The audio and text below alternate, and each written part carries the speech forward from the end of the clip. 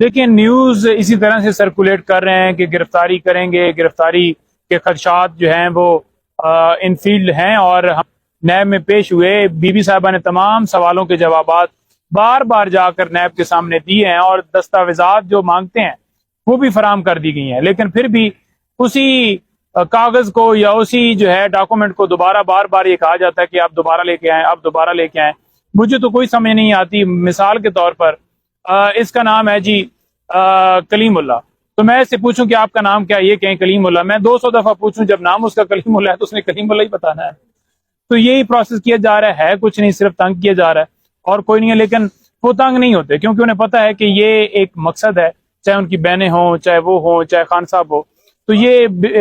ایک ہراسمنٹ کرنے کا ایک پروسیس ہے جو وہ کر رہے ہیں، لیکن اسے فرق نہیں پڑتا۔ اگر میرٹ پر اب گرفتاری کے حوالے سے آپ کو بتا دوں کہ جو خان صاحب کی گرفتاری ڈالی گئی ہے توشہ خانہ کیس کے اندر اور القادر ٹرسٹ کیس کے اندر، اس میں ان کی بدنیتی کیا تھی؟ بدنیتی یہ تھی کہ پہلے جو ضمانتیں خارج ہوئی ہیں وہ اس بنیاد کے اوپر ہوئی تھیں کہ خان صاحب جو ہیں وہ عدالت کے اندر پیش نہیں ہوئے، حالانکہ وہ جیل میں تھے اور انہیں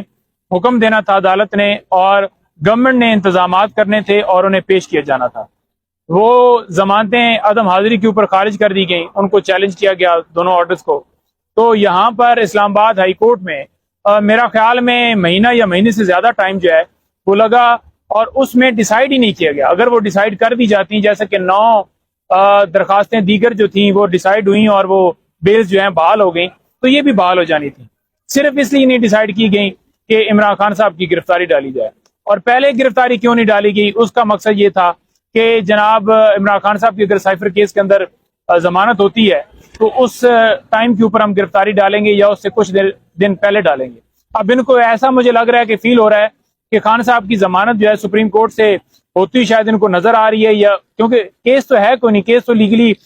دیکھا جائے تو ٹرائل کورٹ کے اندر یا ہائی کورٹ کے اندر ہم نے کوئی ایسی چیز نہیں دیکھی، تو انہوں نے یہ سوچا کہ جناب اس سے پہلے کہ وہ معاملہ ہو ہم گرفتاری ڈال دیں تاکہ خان صاحب باہر نہ آ سکیں۔ تو الیکشن میں بدنیتی صرف یہ ہے کہ وہ خان صاحب کو اندر رکھا جائے اور ان کے بغیر الیکشن کیا جائے۔ عدالتوں کے اوپر یہ ذمہ داری ہے، اور اس وقت جو بنیادی انسانی حقوق کی خلاف ورزیاں پورے ملک کے اندر ہو رہی ہیں اس کے اوپر سٹینڈ لیں اور لوگوں کو انصاف فراہم کریں، ان کے بنیادی حقوق جو ہیں ان کا تحفظ کریں۔ آج نے بھی قانون کی ٹیم اور ایمان بھی رہی ہے خان صاحب کے پہلے کہ خان صاحب جیل سے باہر نہیں گئے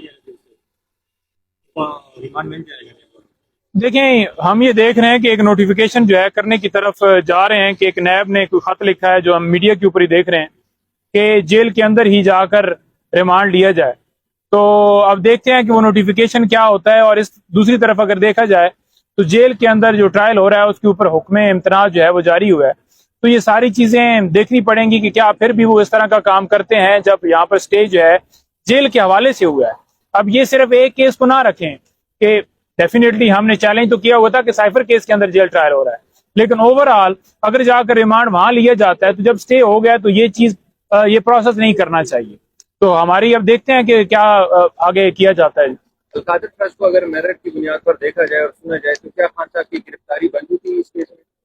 دیکھیں اگر میرٹ کے اوپر دیکھا جائے تو عمران خان صاحب نے کوئی فائنینشیل فائدہ نہیں لیا، ایک پینی کا نہ بی بی صاحبہ نہ خان صاحب کے اکاؤنٹ میں کوئی پیسہ آیا۔ یہ صرف اور صرف جیسے 200 کیسز دوسرے بنائے گئے اسی کی ایک کڑی یہ بھی ہے، سائفر ہو، کبھی گھڑی کا معاملہ۔ اب دیکھیں نا، توشہ خانہ ایک ایف آئی آر درج ہے، ایک توشہ خانہ میں سزا ہوئی ہے اور ایک توشہ خانہ ادھر نیب کے اندر چل رہا ہے۔ تو ہمیشہ یہ ہوتا ہے کہ جو کرمنل لا ہے وہ یہ کہتا ہے کہ اگر ایک جرم ہوگا تو اس کی ایک کرمنل پروسیڈنگ ہوگی۔ یہ نہیں ہوگا کہ ایک جرم کے اوپر ایک فار ایگزامپل ایک بندے کا مرڈر ہوا ہے تو جھانگ میں بھی پرچہ درج کر دیا جائے، کراچی میں بھی ہو جائے، لاہور میں بھی ہو جائے، اس کی ایک جگہ پہ کاروائی ہوگی جس جگہ کے اوپر وہ ہوا۔ تو ایک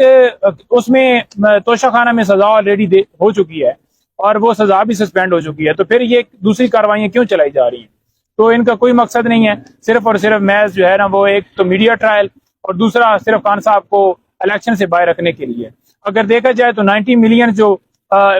ملین جو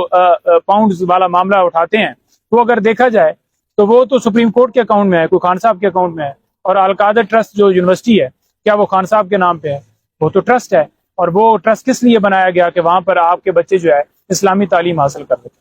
اچھا نعیم صاحب یہ بتائیے گا، فائنل سوال ہے، یہ جب 90 ملین پاؤنڈ پاکستان واپس آ گئی ہے پیسے گاؤں میں تو اس ٹائم نیب جو ہے اس چیز کو سیلیبریٹ کر رہی تھی کہ ہم نے ریکوری کی ہے، لیکن آج جو ہے وہ نیب کہہ رہے کہ یہ غلط طریقے سے آ گئے، تو کیا یہ دوہرا معیار نہیں ہے نیب کا؟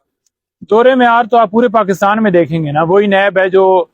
اغوا کرتی ہے 9 مئی کو، وہی نیب ہے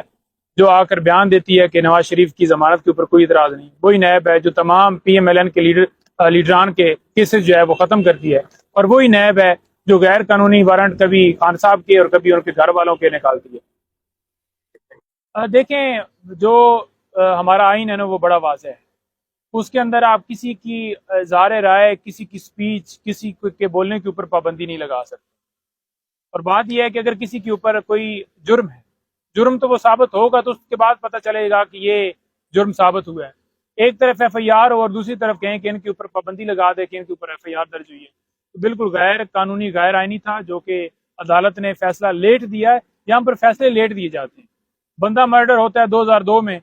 اور اس بندے کو سزا ہوتی فار ایگزامپل 2007 میں، تو وہ اگر سپریم کورٹ تک جاتا ہے اور اس بندے کا قصور